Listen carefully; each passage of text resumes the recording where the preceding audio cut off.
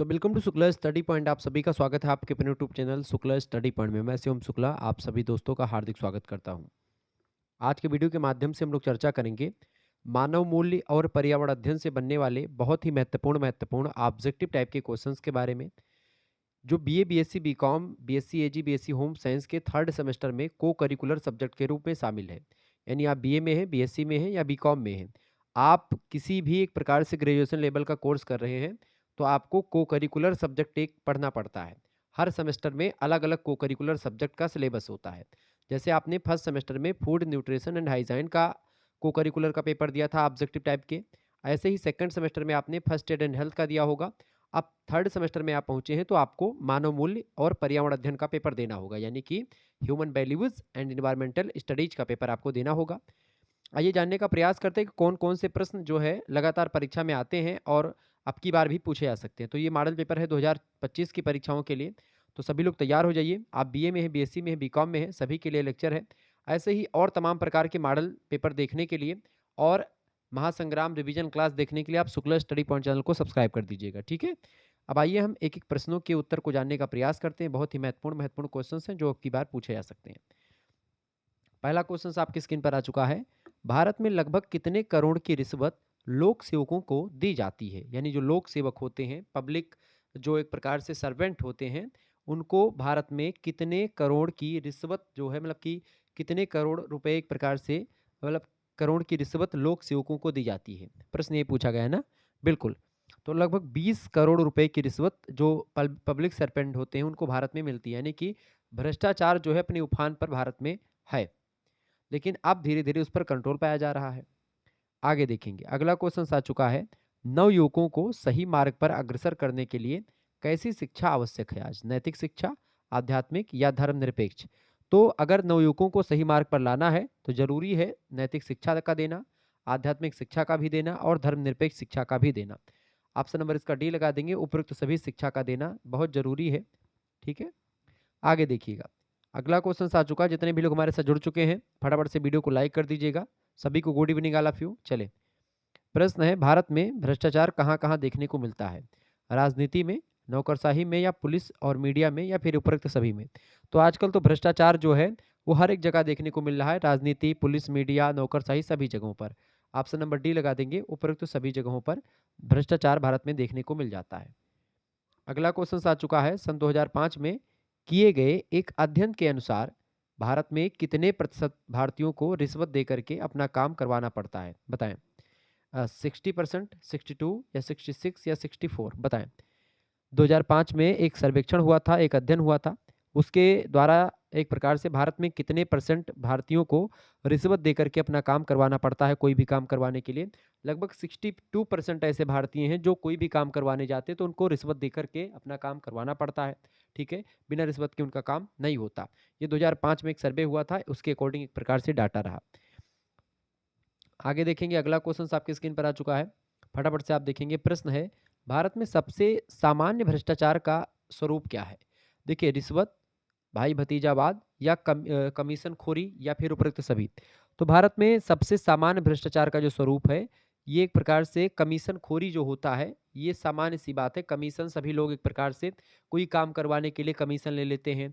कोई आप मतलब कहीं पर आपको ले जाना हो, आजकल तो जैसे मंदिर, आप काशी विश्वनाथ मंदिर में जब घुसने को होंगे, बनारस में जाएंगे तो तमाम लोग ऐसे आपको आपस में मिल जाएंगे। चले, मैं बहुत जल्दी आपको दर्शन करवा दूंगा, फला गेट से लेकर के जाऊंगा, बहुत जल्दी आप पहुंच जाएंगे दर्शन के लिए।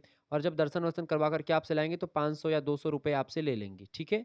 तो ये भी एक कमीशन खोरी ही है। ऐसे ही कोई काम करवाने के लिए कुछ बिचौलिए होते हैं, वो कमीशन लेते हैं। तो ये आप आजकल आपको हर एक विभाग में, हर एक जगह पे आपको कुछ ऐसे लोग मिल जाएंगे, फंटर, जो कि एक प्रकार से आपके काम करवाने के लिए आपसे ही पैसे लेंगे और वो जाकर के अपने थ्रू काम करवाएंगे, ठीक है। तो ये आम तौर पर आजकल भ्रष्टाचार का स्वरूप हो चुका है भारत में। अगला क्वेश्चन आप देखेंगे, प्रश्न है, श्रम का मूल्य कम रहने से क्या लाभ होता है? बताएं, फटाफट से आप बताने का प्रयास करेंगे। श्रम का मूल्य कम रहने पर क्या लाभ होता है? तो श्रम का मूल्य कम रहने पर जो है उपभोक्ता वस्तुओं का सस्ता उत्पादन कर पाता है, दूसरे देशों में उसका उत्पाद प्रवेश हो पाता है और आर्थिक संकट भी नहीं उत्पन्न होता जब श्रम का मूल्य कम होता है, ठीक है। ऑप्शन नंबर इसका डी करेक्ट आंसर होगा, उपयुक्त सभी। अगला क्वेश्चन आपकी स्क्रीन पर आ चुका है, फटाफट से आप देखने का प्रयास करेंगे। बहुत ही जबरदस्त क्वेश्चन है। प्रश्न है बेड़ियों में जकड़े हुए तथा पुलिस की तीखी नज़र से के साये में कौन कम पनपता है, बताएं। बेड़ियों में जकड़े हुए तथा पुलिस की तीखी नज़र के साये में कौन कम पनपता है, कौन कम पनपता है भैया।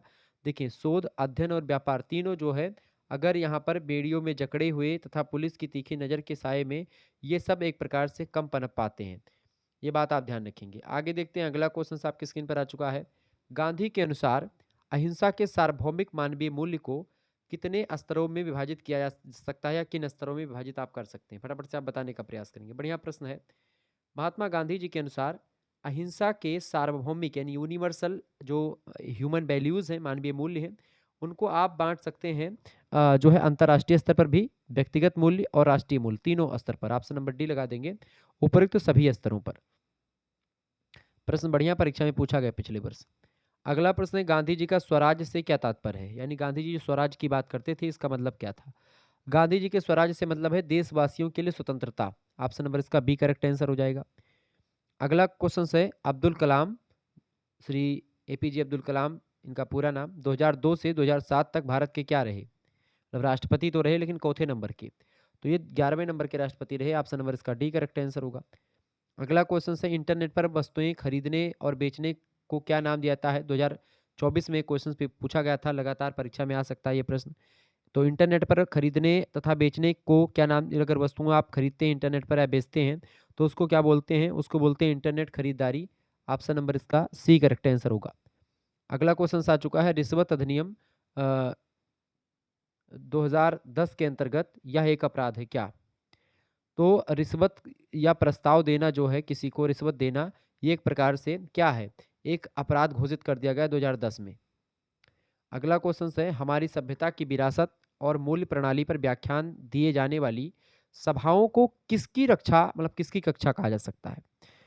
तो वो नैतिक विज्ञान की कक्षा आप कह सकते हैं। नैतिक विज्ञान में हम अपनी सभ्यता की विरासत के बारे में और मूल्य प्रणाली के बारे में व्याख्यान सुनते हैं, किसमें, मोरल जो है साइंस में, ठीक है। ऑप्शन नंबर इसका ए राइट आंसर हो जाएगा। अगला क्वेश्चन है, आज नैतिक नेतृत्व का व्यवहार करना किसके लिए आवश्यक बताया गया है, बताएं। तो आज नैतिक नेतृत्व का व्यवहार करना जो है वो एक प्रकार से अध्यापक के लिए क्या बताया गया है, अध्यापक के लिए एक प्रकार से आवश्यक बताया गया है। ऑप्शन नंबर इसका बी करेक्ट आंसर होगा। अगला क्वेश्चन आ चुका है, प्रधानाचार्यों एवं शिक्षकों की सहायता से छात्रों को एक ऐसी शिक्षा उपलब्ध करवाई जानी चाहिए जो प्रदान करे, उनको क्या प्रदान करे, जो उनको राष्ट्र के प्रति प्रतिबद्ध नेता प्रदान करे, खुशहाली प्रदान करे और सुख समृद्धि प्रदान करे। डी ऑप्शन ये सभी प्रदान करे। अगर हाँ, एक बात और ध्यान रखेंगे, अगर आपको थर्ड सेमेस्टर में आप हैं और आपको कोर्स लेना है, या आप बीएससी में हैं, बीकॉम में हैं और आप चाहते हैं कि आपको पीडीएफ प्राप्त करनी है, देखिए पीडीएफ आपको प्राप्त करने के लिए ग्रुप ज्वाइन करना पड़ेगा, सबसे इंपॉर्टेंट बात ये है। और ग्रुप ज्वाइन करने के लिए आपको कोर्स लेना पड़ेगा। हालांकि ग्रुप आप जुड़ेंगे या कोर्स लेंगे, बात एक ही है। तो आपको एसएमएस करना है 9161 93 60 62 पर, अगर आपको यहाँ से इसकी पीडीएफ वगैरह प्राप्त करनी है। या और अगर आप बीए करते तो आपके और सब्जेक्ट की भी तैयारी वहाँ पर हो जाएगी। आपको मात्र 100 रुपीज़ पे करने होंगे, उसी में एक प्रकार से आपको सारे सब्जेक्ट के पीडीएफ नोट्स आपको मिल जाएंगे। लेकिन अगर आपका केवल यही है, human values and environmental studies का ही एक प्रकार से केवल क्लास लेनी है, पीडीएफ प्राप्त करनी है, तो भी आपको मात्र 100 रुपीज़ सेंड कर देने होंगे और आपको पीडीएफ प्राप्त करवा दिया जाएगा, पीडीएफ आपके पास सेंड कर दिया जाएगा। या जो बीएससी या बीकॉम वाले बच्चे हैं उनको पीडीएफ प्राप्त करनी है, तो उनके लिए एक प्रकार से कुछ जो है इसमें जो है कुछ कम कर दिया जाएगा। जैसे वो एक प्रकार से 50 रुपीज़ उनके लिए, चलिए 50 रुपीज़ उनके लिए हो जाएगा। यानी ऐसे बच्चे जो बीएससी बीकॉम में हैं, ठीक है, उनको चूंकि मैं अदर सब्जेक्ट पढ़ा नहीं पाऊंगा, जैसे उनकी केमिस्ट्री मैथ उनको मैं पढ़ा नहीं पाऊंगा, तो इस वजह से, या बीकॉम के बच्चे जो हैं तो उनके सारे सब्जेक्ट में कवर नहीं कर पाऊंगा, तो उनके लिए भी एक प्रकार से व्यवस्था यही है कि उनके लिए जो आपका human values and environmental studies की जो आपके पीडीएफ्स होंगे, मतलब पीडीएफ नोट्स होंगे, वो आपको मात्र 50 रुपये में ही एक प्रकार से आपको सेंड कर दिए जाएंगे। तो अगर आपको एक प्रकार से ज्वाइन होना है तो आप ज्वाइन हो सकते हैं। आपको डायरेक्टली पर्सनली सेंड कर दिया जाएगा, तो उसको लेकर के एक ग्रुप में बना दूंगा बीएससी बीकॉम वालों का, जो एक प्रकार से ऐसा चाहते हैं, केवल यही चाहते हैं, तो उनको 50 रुपये में ही मिल जाएगा PDF human values and environmental studies का। और बाकी अगर आप बीए कर रहे हैं, बीए में हैं, तो आपको 100 रुपीज़ एक प्रकार से खर्च करने होंगे और इस 100 रुपये में आपको human values and environmental studies का आपको पीडीएफ और इसके वीडियो लेक्चर तो आपको यूट्यूब पर मिल जाएंगे। इसके साथ ही साथ आपको जो आपके अदर सब्जेक्ट हैं बीए में, आपने जो हिंदी लिया है, पॉलिटिकल साइंस लिया, ज्योग्राफी, इन सभी का कोर्स भी इसी में प्रोवाइड करवा दिया जाएगा। यानी कोर्स भी आपको इसमें मिल जाएगा और सारी चीज़ें। बाकी बीएससी बीकॉम वाले बच्चे मात्र ₹50 में ही एक प्रकार से पीडीएफ प्राप्त कर पाएंगे human values and environmental studies का। ठीक है, बहुत सारी पीडीएफ मिलेंगी, क्वेश्चन पेपर मिलेंगे विभिन्न विश्वविद्यालयों के, तो आप उसके लिए तैयार रहें। तो जिनको ज्वाइन करना है वो तुरंत एसएमएस करें फटाफट से इस नंबर पर। आगे देखते हैं। अगला प्रश्न आपकी स्क्रीन पर आ चुका, फटाफट से आप लोग देखने का प्रयास करेंगे। प्रश्न है, कहाँ सोशल मीडिया के दुरुपयोग को नियंत्रित करना एक बहुत बड़ी चुनौती आज के युग में बन चुकी है? किस स्थान पर? ठीक है, किस देश में? तो भारत में, बिल्कुल राइट आंसर आपका है भारत। ठीक है, भारत में एक प्रकार से जो सोशल मीडिया का जो दुरुपयोग भारत में हो रहा है, ऐसा कहीं नहीं हो रहा है, यानी किसी भी देश में नहीं हो रहा है। तो भारत में एक प्रकार से एक कठिन काम बन चुका है, एक बहुत बड़ी चुनौती के रूप में आ चुका है सोशल मीडिया। अगला क्वेश्चन है, सिंथेटिक कीटनाशक किसे नुकसान पहुंचाते हैं? तो सिंथेटिक कीटनाशक जो होते हैं ये जलीय वन्य जीवन को एक प्रकार से क्या करते हैं? कीटनाशक जो होते हैं सिंथेटिक, ये बहुत नुकसान पहुंचाते हैं। ऑप्शन नंबर इसका ए करेक्ट आंसर होगा। अगला क्वेश्चन आ चुका है, वांछनीय व्यवहारों तथा लक्ष्यों के बारे में व्यक्तिगत विश्वास है जो समय के साथ स्थिर होते हैं तथा जो निर्णय लेने को प्रभावित करते हैं, वो एक प्रकार से क्या होते हैं? तो यहाँ पर क्या भरा जाएगा? व्यक्तिगत मूल्य। यानी व्यक्तिगत मूल्य वांछनीय व्यवहारों तथा लक्ष्यों के बारे में व्यक्तिगत विश्वास होते हैं जो समय के साथ स्थिर होते हैं और जो निर्णय लेने को प्रभावित भी करते हैं, वो व्यक्तिगत मूल्य होते हैं। ठीक है, अगला क्वेश्चन आ चुका है, व्यवसायिक अभ्यास तथा नैतिक अभ्यास में निर्णय लेना है। तो व्यवसायिक अभ्यास और नैतिक अभ्यास में निर्णय लेना जो होता है, एक समान रणनीति तथा प्रक्रिया शामिल होती है। ऑप्शन नंबर इसका द करेक्ट आंसर होगा। अगला क्वेश्चन है, एक व्यक्ति नैतिक निर्णय लेने की प्रक्रिया का उपयोग क्यों करता है? तो एक व्यक्ति नैतिक निर्णय लेने की प्रक्रिया का उपयोग इसलिए करता है, मतलब क्यों करता है? हाँ, इसलिए करता है क्योंकि नैतिक सिद्धांतों तथा मूल्यों के द्वारा निर्देशित निर्णय लेने के लिए वह ऐसा करता है। ऑप्शन नंबर इसका डी करेक्ट आंसर होगा। आगे देखेंगे, अगला क्वेश्चन आ चुका है, निर्णय निर्माण के प्रथम चरण में आपको क्या करना होता है? बताएं। निर्णय निर्माण के प्रथम चरण में आपको क्या करना होता है? लक्ष्य का निर्धारण करना होता है, या फिर बिल्कुल निर्णय निर्माण के प्रथम चरण में आपको पहली बात तो लक्ष्य का निर्धारण करना होगा कि हमारा लक्ष्य क्या है, हमारा गोल क्या है। अगला क्वेश्चन है, किसी भी निर्माण को लेने से पहले किसका आकलन करना होता है? बताएं। किसी भी निर्माण को लेने से पहले किसका आकलन करना होता है? तो समस्या का आकलन करना होता है कि समस्या एक प्रकार से कैसी है, ठीक है, कितनी बड़ी समस्या है, किस सिचुएशन समस्या की क्या है, सारी चीज़ों का पता लगाना बहुत ज़रूरी होता है। अगला क्वेश्चन आपकी स्क्रीन पर आ चुका है, फटाफट से आप लोग देखने का प्रयास करेंगे। प्रश्न है, एसडीपी को दुनिया में कई जीवन बदलने वाले में लाने के लिए डिजाइन किया गया, किसमें? प्रतिस्पर्धा, उद्देश्य, शून्य या फिर उपरोक्त सभी में? तो एसडीपी को दुनिया में कई जीवन बदलने वाले शून्य में लाने के लिए डिजाइन किया गया है। ऑप्शन नंबर इसका सी करेक्ट आंसर होगा। अगला क्वेश्चन से, संयुक्त राष्ट्र की प्रमुख विकास एजेंसी है। संयुक्त राष्ट्र की प्रमुख विकास एजेंसी कौन सी है? वो है भैया यूएनडीपी। कौन सी है? यूएनडीपी। ऑप्शन नंबर इसका ए करेक्ट आंसर होगा। अगला क्वेश्चन है, हम एकीकृत, अभी मैं इसको विस्तार समझा नहीं रहा हूँ, डिजिटल बोर्ड पर भी क्लासेस आपकी मैं करवाऊंगा, परेशान होने की आपको ज़रूरत नहीं है। ठीक है, अभी क्या था कि 2-3-4 दिनों से लाइट नहीं थी, इस वजह से एक प्रकार से मैं आपको ऐसे ही क्लास प्रोवाइड करवाने का प्रयास कर रहा हूँ ताकि आपकी क्लास होती रहे। ठीक है, बाकी लाइट 3-4 दिन से इतनी भारी बारिश हो गई है कि सारे खंभे में टूट गए, इधर उधर के तार वार इधर उधर टूट करके गिर रहे हैं, तो इस वजह से ठीक है लाइट में बड़ी दिक्कत है, इस वजह से क्लासेस आपकी परफेक्ट तरीके से नहीं हो पा रही। फिर भी मैं प्रयास कर रहा हूँ कि आपको कुछ ना कुछ दिया जाए। हम एकीकृत समाधानों के माध्यम से क्या हासिल करने से में देशों का समर्थन करते हैं? बताएं। तो हम एकीकृत समाधानों के माध्यम से जो है एसडीपी हासिल करने में देशों का समर्थन करते हैं। इसका सी ऑप्शन करेक्ट आंसर होगा। बाकी मैं इन क्वेश्चंस को आपको समझा करके बहुत अच्छे तरीके से समझाऊंगा। अगला क्वेश्चन है, सर्कुलर इकोनॉमी के लिए आवश्यक सिद्धांत है। सर्कुलर इकोनॉमी के लिए जो आवश्यक सिद्धांत है वो आपका होगा, अपशिष्ट और प्रदूषण को समाप्त करना, बिल्कुल, उत्पादों और सामग्रियों को परिचालित करना और प्रकृति का पुनर्जनन करना, बिल्कुल, ऑप्शन नंबर डी लगा देंगे उपरोक्त सभी। इसका राइट आंसर होगा डी ऑप्शन। नेक्स्ट क्वेश्चन आप देखेंगे, किसी भी समस्या को लेकर के यूएनडीपी किस विचार पर काम करती है? बताएं। किसी भी समस्या को लेकर के यूएनडीपी जो होती है वो सिस्टम पर काम करती है, चुनौतियों पर भी और कुल कारण पर भी। ऑप्शन नंबर डी लगा देंगे, उपरोक्त सभी मुद्दों पर काम करती है यूएनडीपी। नेक्स्ट क्वेश्चन है, यूएनडीपी कितने देशों के लिए काम कर रही है? तो यूएनडीपी लगभग 170 यानी कि 170 देशों के लिए काम कर रही है। Option number B correct answer होगा। अगला क्वेश्चन है, देशों ने किस तेजी से प्रगति करने के लिए प्रतिबद्ध किया है? बताएं। विभिन्न देशों ने किस तेजी से प्रगति करने के लिए प्रतिबद्ध किया है किसे? तो वो सबसे पीछे रहने वाले देशों को, एक प्रकार से किन देशों को? सबसे पीछे रहने वाले देशों को। अगला क्वेश्चन है, एसडीपी के अंतर्गत किसको शून्य करना है? एसडीपी के अंतर्गत किसको शून्य करना है भैया? तो एसडीपी के अंतर्गत जो है एक प्रकार से किसको शून्य करना है? तो ये गरीबी और भूख को शून्य करना है, एड्स को शून्य करना है, महिलाओं और लड़कियों से भेदभाव को भी एकदम से शून्य करना है। डी ऑप्शन लगा देंगे, उपरोक्त सभी को शून्य करना है। अगला प्रश्न आपकी स्क्रीन पर आ चुका है, फटाफट से आप देखने का प्रयास करेंगे। बड़ा जबरदस्त क्वेश्चन आ चुका है। वीडियो को लाइक कर दीजिएगा, चैनल पर अगर नए हैं तो सब्सक्राइब जरूर कर दीजिएगा, क्योंकि इसी प्रकार से इन्फॉर्मेटिव वीडियो मैं लगातार देता रहता हूँ। प्रश्न आपकी स्क्रीन पर आ चुका है, परितंत्र में किसका प्रवाह उष्मागतिक नियमों के अनुसार होता है? तो उष्मागतिक नियमों के अनुसार जो प्रवाह होता है वो किसका होता है? ऊर्जा का, ठीक है, एनर्जी का। ऑप्शन नंबर इसका ए करेक्ट आंसर होगा। अगला क्वेश्चन आ चुका है, भोजन से संबंधित श्रृंखला बनाते हैं। भोजन से संबंधित श्रृंखला कौन बनाते हैं? तो भोजन से संबंधित श्रृंखला उत्पादक, अपघटक या उपभोक्ता। तो ये भोजन से रिलेटेड श्रृंखला तीनों बनाते हैं। Option number D correct answer हो जाएगा, ठीक है। अगला क्वेश्चन आ चुका है, जीबीए घटक के प्रत्येक स्तर को क्या कहते हैं? तो जीबीए घटक के प्रत्येक स्तर को हम लोग पोषी स्तर के नाम से जानते हैं। ऑप्शन नंबर इसका बी करेक्ट आंसर होगा।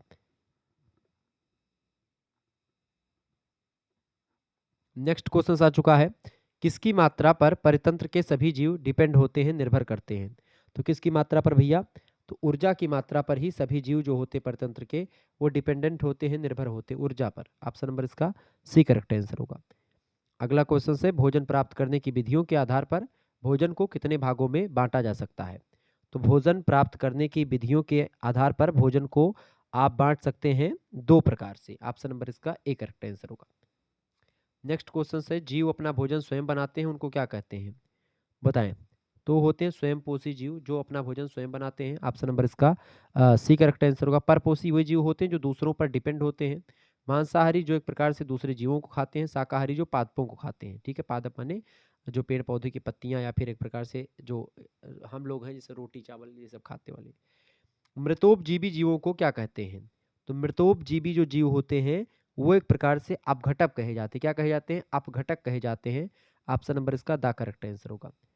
अगला क्वेश्चन आपके स्क्रीन पर आ चुका है, यह किसने बताया? क्या भैया?